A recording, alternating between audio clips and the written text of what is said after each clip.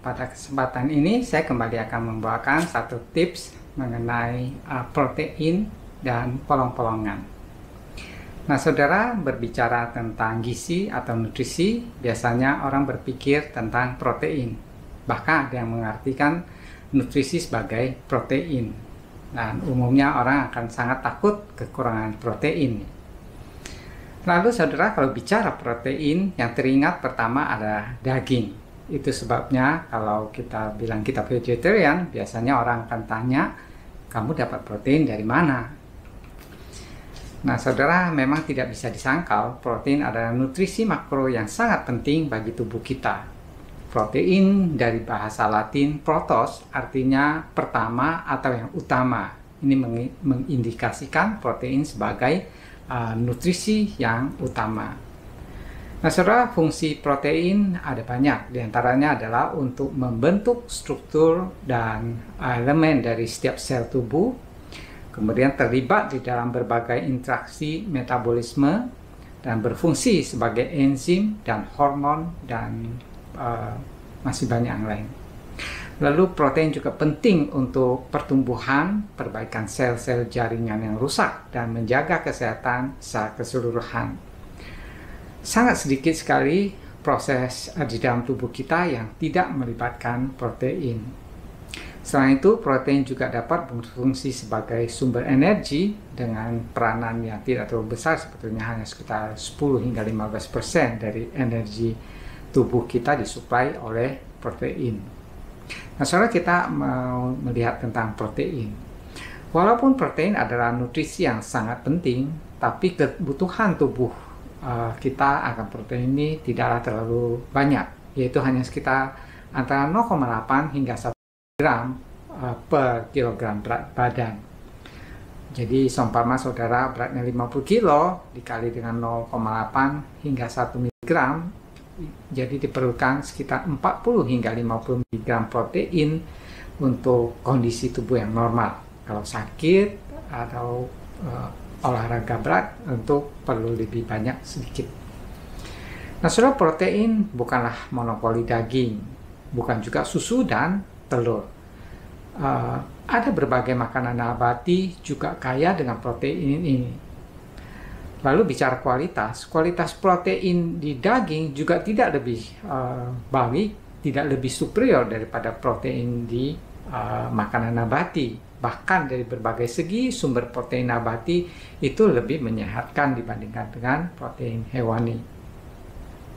Nah saudara, kalau saudara percaya kita harus mengkonsumsi daging untuk mendapatkan protein, coba saudara pikirkan dari mana sapi, kuda, dan yang paling dekat dengan kita manusia yaitu kera atau gorila mendapatkan protein mereka, sementara mereka tidak makan daging sama sekali.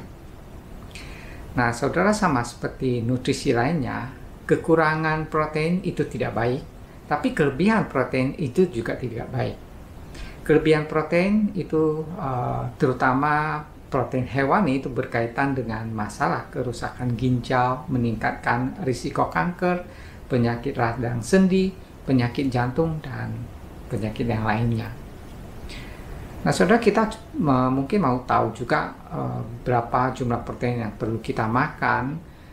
Kita nggak perlu sampai jelimet ya. Saudara, bayangkan saja sebuah piring, lalu di makanan ini saudara lihat sekitar 20% hingga 30% itu berupa makanan yang kaya dengan protein. Barangkali saudara bisa lihat di gambarannya seperti apa. Nah, polong-polongan yang kaya dengan protein ini akan kita lihat supaya kita lebih mengenalnya. Nah, polong-polongan di dalam bahasa Inggris dikenal dengan nama legume, beans, pulse, peas juga.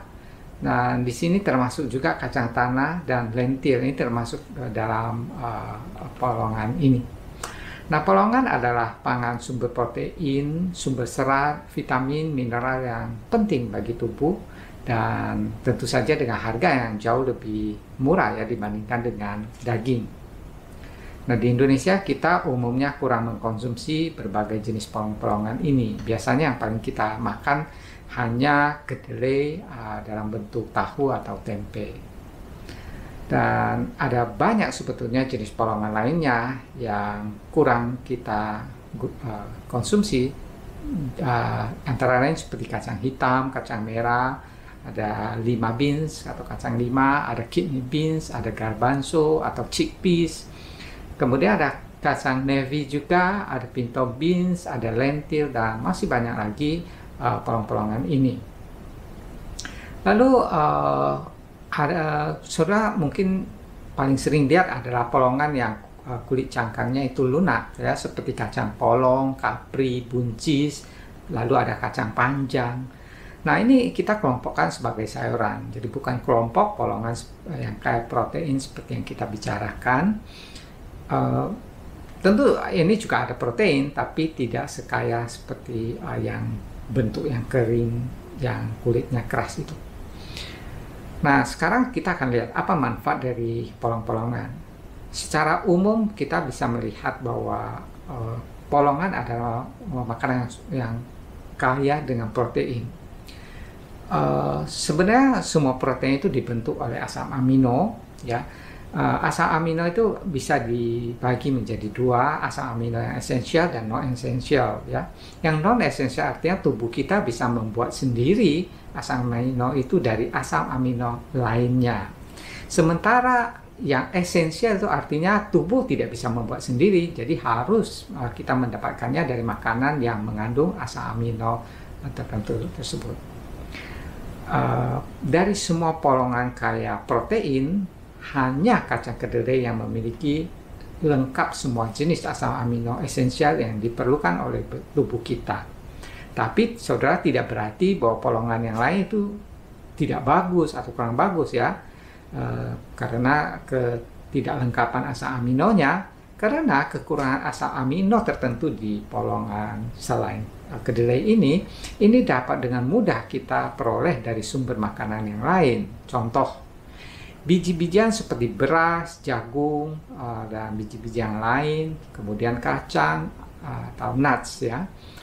Ini semua adalah makanan yang kaya dengan asam amino esensial yang tidak dimiliki oleh polong-polongan itu.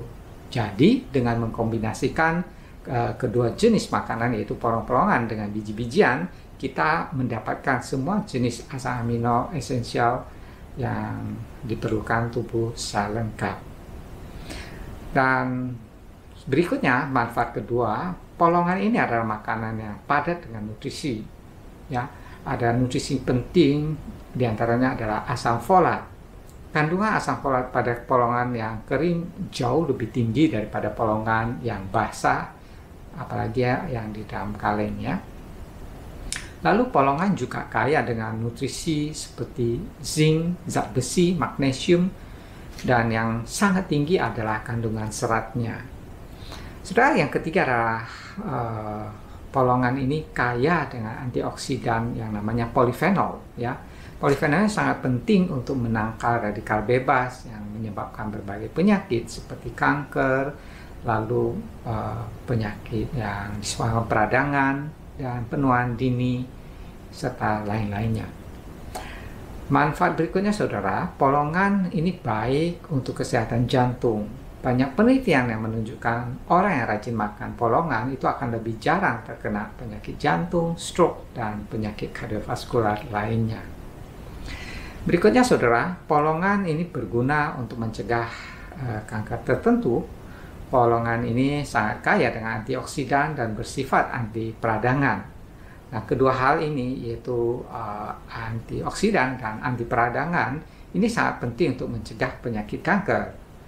Dan untuk efek antioksidan, saudara, kacang yang warnanya lebih hitam itu biasanya antioksidannya lebih tinggi dibandingkan dengan kacang yang warnanya lebih terang. Berikutnya, saudara, polongan juga bermanfaat untuk mencegah diabetes dan dapat menyeimbangkan gula darah. Jadi ini sangat baik, ya, polongan untuk diabetes. Kenapa? Karena kandungan serat yang tinggi pada polongan ini sangat berguna untuk mencegah kenaikan glukasa dan menjaga kestabilan gula darah. Berikutnya saudara, polongan juga kemungkinan bisa mencegah fatty liver, yaitu suatu kondisi di mana terjadi penumpukan lemak di dalam liver hati yang pernah kita bahas sebelumnya. Lalu manfaat yang lain, polongan ini dapat memuaskan selera bagi orang yang suka makan banyak ya.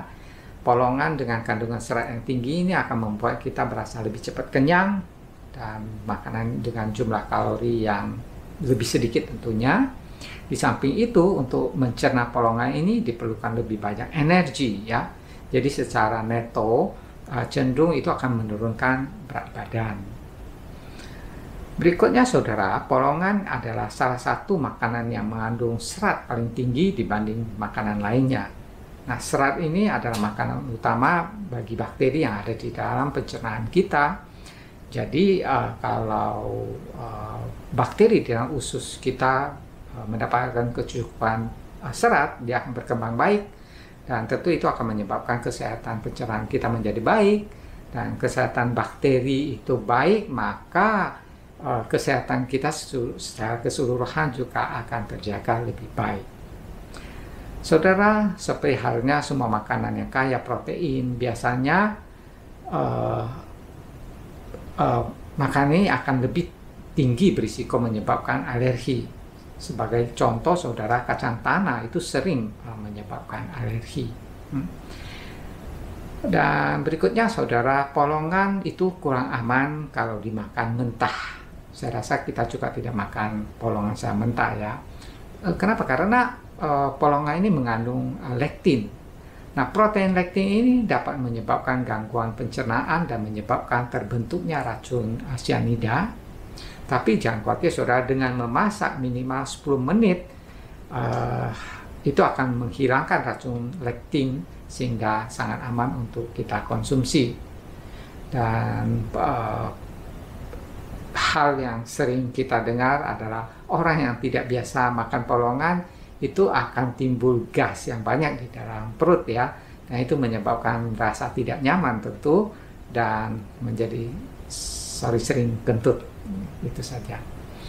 Dan saudara, untuk mengurangi efek terjadinya gas itu, polongan ini sebaiknya direndam di dalam air panas, dan air rendaman ini kemudian harus kita buang dan kita ganti dengan air yang bersih, baru kemudian dimasak. Jadi jangan menggunakan air rendaman untuk dimasak. Nah saudara, untuk mendapatkan rasa polong yang lebih lembut, polongan ini harus direndam cukup lama ya. Masing-masing polongan ini berbeda lamanya ya. Ada baiknya direndam semalaman, kecuali lentil itu bisa dimasak tanpa perlu direndam terlalu lama. Dan saudara juga bisa memasaknya menggunakan pressure cooker ya, supaya ini lebih cepat matangnya dan lebih lembut rasanya. Polongan saudara bisa juga dibuat kecambah atau di sprout ya. Sprouting itu akan meningkatkan nilai nutrisi sangat drastis sekali. Kemudian polongan di dalam kalengan ya, itu tentu praktis, tapi saudara, lapisan plastik di dalam kalengan itu bersifat karsinogen, itu meningkatkan risiko kanker. Jadi saudara sebaiknya tidak menggunakan yang kalengan. Nah saudara, kita tadi ya jarang mengkonsumsi polongan. Bagaimana cara kita meningkatkan konsumsi polongan? Tipsnya, pertama, gunakan polongan itu sebagai pengganti semua resep yang memerlukan daging. Misalnya ada roti yang isi daging, saudara ganti dagingnya dengan polongan ini. Demikian juga kue, bakpao, dan lain sebagainya, ganti saja dengan polongan. Saudara kemudian tambahkan polong-polongan ya, seperti lentil, garbanzo, kacang merah, atau berbagai jenis beans yang lain ke dalam sup. Kalau saudara suka sup, tambahkan saja berbagai macam polong-polongan ini. Saudara misalnya bisa membuat sup kentang yang tadinya menggunakan daging, dagingnya saudara ganti dengan kacang merah misalnya, atau kacang lain yang saudara suka. Lalu berikutnya saudara bisa menggunakan polongan ini ditaburkan di salad ya. Ini akan meningkatkan rasa dan tentu meningkatkan nutrisi dari salad itu juga. Berikutnya saudara, garbanzo atau chickpeas. Ini adalah salah satu polongan yang sangat tinggi protein dan sangat banyak digunakan di berbagai makanan Mediterania ya. Dan juga makanan Timur Tengah serta makanan India ini banyak menggunakan chickpeas ini. Nah, chickpeas atau garbanzo ini juga bisa dibuat menjadi hummus. Caranya di blender, dimasak di blender, kemudian ditambahkan dengan olive oil yang baik, kemudian juga tambahkan wijen dan dikasih jeruk lemon ya, serta bisa kasih bawang putih. Nah ini setelah di blender ini menjadi spread ya, untuk biasa digunakan untuk dioles di roti atau dibuat cocolan roti yang bundar ya. Ada juga yang menggunakannya untuk cocolan wortel yang sudah dimasak dan lain sebagainya. Lalu kalau saudara masak nasi, saudara juga bisa campurkan dengan sedikit lentil, ada yang lentil orange, coklat, dan sebagainya. Itu akan meningkatkan nutrisi dan mungkin lebih enak juga. Demikian saudara pembahasan kita tentang protein dan polong-polongan ini. Semoga ini bisa meningkatkan kesehatan saudara dan keluarga. Kiranya Tuhan memberkati. Shalom.